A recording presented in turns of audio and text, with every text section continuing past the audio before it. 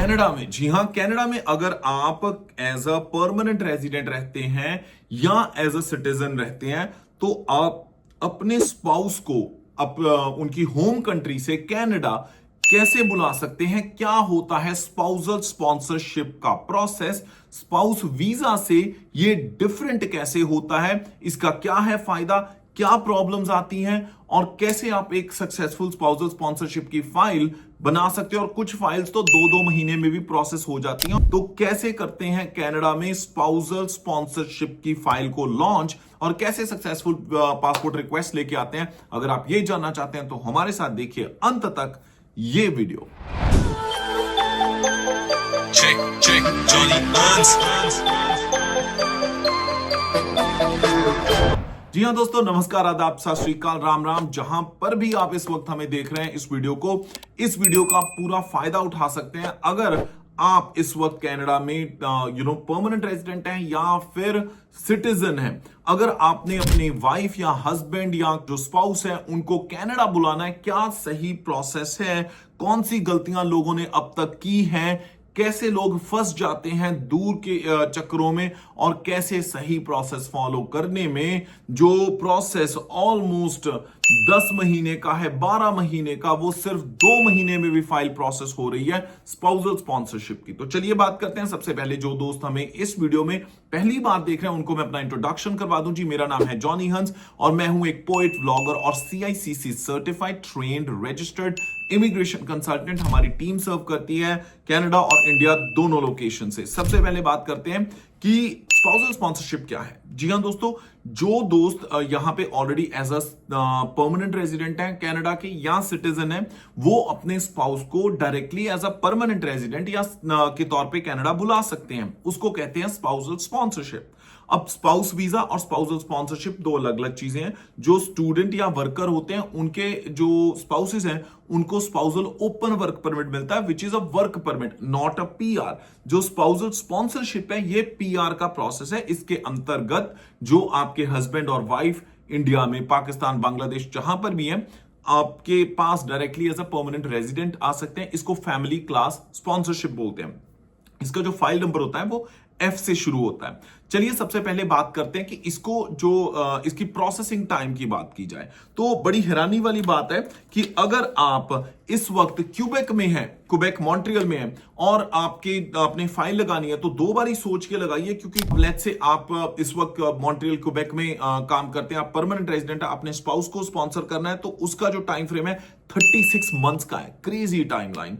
और अगर आप ओंटारियो या क्यूबेक से बाहर किसी भी प्रोविंसेस में हैं तो उसकी प्रोसेसिंग टाइम जो लेटेस्ट अपडेट है canada.ca पे वो सिर्फ 10 महीने का है। तो सोचिए कहां पे 36 महीने, कहां पे 10। अगर क्यूबेक में फायदा नहीं वहां पे बैठ के फाइल लगाने का, भैया अगर परमानेंट रेजिडेंट हो तो दूसरी provinces are way better than that. अब बात करते हैं कि अगर आपके जो स्पाउस है वो ऑलरेडी विद इन कैनेडा है, अगर वो ऑलरेडी आपके साथ ही है, अगर वो मॉन्ट्रियल या क्यूबेक में है तो उसको 32 मंथ्स लगेंगे।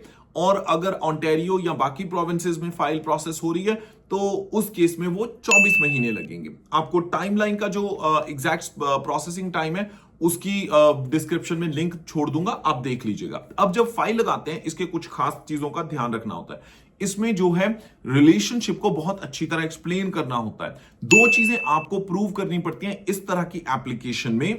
इसमें इंपॉर्टेंट होता है जब आप फाइल लगा रहे हो आपको ये दिखाना जरूरी होता है कि आपका जो स्पॉन्सर है, जो बंदा कनाडा में है, जो स्पॉन्सर कर रहा है, बहुत क्लियर टर्म है, उसके पास परमानेंट रेजिडेंसी का प्रूफ होना चाहिए, उसके अगेंस्ट कोई ऐसा कोई क्रिमिनल या लीगल कोई बड़ा लफड़ा नहीं चलता होना चाहिए। उसके बाद दूसरी चीज ये होती है कि उनके पास स्टेबिलिटी होनी चाहिए, कोई ना कोई काम करते होना चाहिए या एक प्रॉपर फाइनेंशियल स्ट्रक्चर होना चाहिए। जो पब्लिकली तो वो नहीं, कनाडा इमिग्रेशन ने ये चीज को कहा हुआ है, पर वो देखते हैं कि भाई बंदा सपोर्ट करेगा, क्योंकि जब फाइल लगती है तो एक अंडरटेकिंग आती है। मान लीजिए अगर आपने फाइल लगाई है नवंबर में तो ऑलमोस्ट 1 महीने के अंदर अंदर एप्लीकेशन ऑफ रिसिप्ट आती है, AOR, और उसके बाद अंडरटेकिंग का आता है जिसमें यह आता है कि नॉर्मली वो लिख के ऐसे भेजते हैं कि your undertaking is an unconditional promise of support. We are please to inform you that you have met the requirements for eligibility as a sponsor. एक अंडरटेकिंग आती है जिसके अंतर्गत आप ये कहते हो कि जिस आपके हस्बैंड या वाइफ को आप दूसरी कंट्री से कनाडा बुला रहे हो, आप उनके जो इनिशियल ईयर्स हैं जब तक वो परमानेंट रेजिडेंट हैं उसकी फाइनेंशियली उनको सपोर्ट करने के लिए जिम्मेदार हो। इसके ऊपर कोई ये नहीं दिखा कि कितना फाइनेंशियली सपोर्ट करना है, पर बेसिक जो लिविंग के एक्सपेंसेस हैं उनके उठाने के आप लायक होने चाहिए और आपकी जिम्मेदारी है। इसका मतलब ये भी है कि मान लीजिए आपने इस साल किसी को स्पॉन्सर किया, आपके हस्बैंड वाइफ आ गए, आपने तुरंत डाइवोर्स लिया, 1-1.5 साल बाद किसी और को बुला रहे हो, तो ऐसा आप नहीं कर सकते। एक सर्टेन पीरियड उनको चाहिए होता है, उसके बाद ही आप स्पॉन्सर कर सकते हो। स्पाउसल स्पॉन्सरशिप से रिलेटेड कोई भी आपको क्वेश्चन है, आप बेझिझक हमें ईमेल कर दीजिएगा apply@studyBuddyCanada.com। अगर इंडिया में तो ईमेल कर सकते हैं apply@checkcheckservices.com। अब बढ़ते हैं दूसरी चीज, जो स्पॉन्सर आपका इंडिया, पाकिस्तान, दुबई, जहां पे भी आपके हस्बैंड वाइफ रहते हैं, उनके पास अच्छी फाइनेंशियल सपोर्ट होनी चाहिए, उसके भी डॉक्यूमेंट्स लगते हैं साथ में। It's always good. अब मैं आपको दिखाता हूं कि हमने जो हाल ही में फाइल लगाई थी उसके जो टाइमलाइन के हिसाब से उसको टाइम लगना चाहिए था, वो 10 महीने का कम से कम टाइम लगना चाहिए था। बट अच्छी बात यह है कि वो 2 महीने में ही प्रोसेस हो गई। तो टेक्निकली हमारे पास जो फाइल है वो आयशा की है। आयशा जो है वो एक्चुअली एप्लीकेंट है और उनके हस्बैंड ने यहां से फाइल लगाई थी।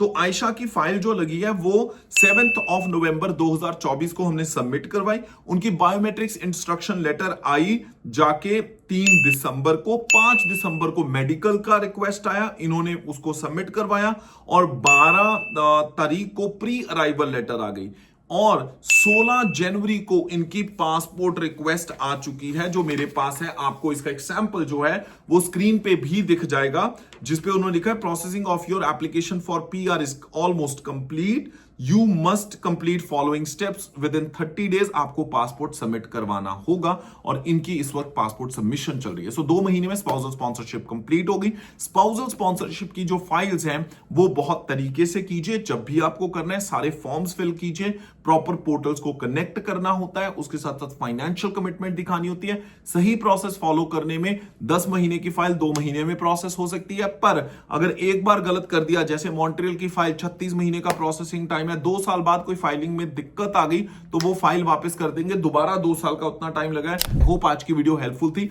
अगर सही लगी तो प्लीज इस वीडियो को लाइक करना मत भूलिएगा और अगर पहली बार इस चैनल पे इस वीडियो को देखा है तो भैया सब्सक्राइब कर लीजिए ताकि कोई भी अपडेट मिस ना करें स्पाउसल स्पॉन्सरशिप की। ये वीडियो यहीं पे समाप्त करता हूं। हंसते मुस्कुराते रहो जी, रब रखा।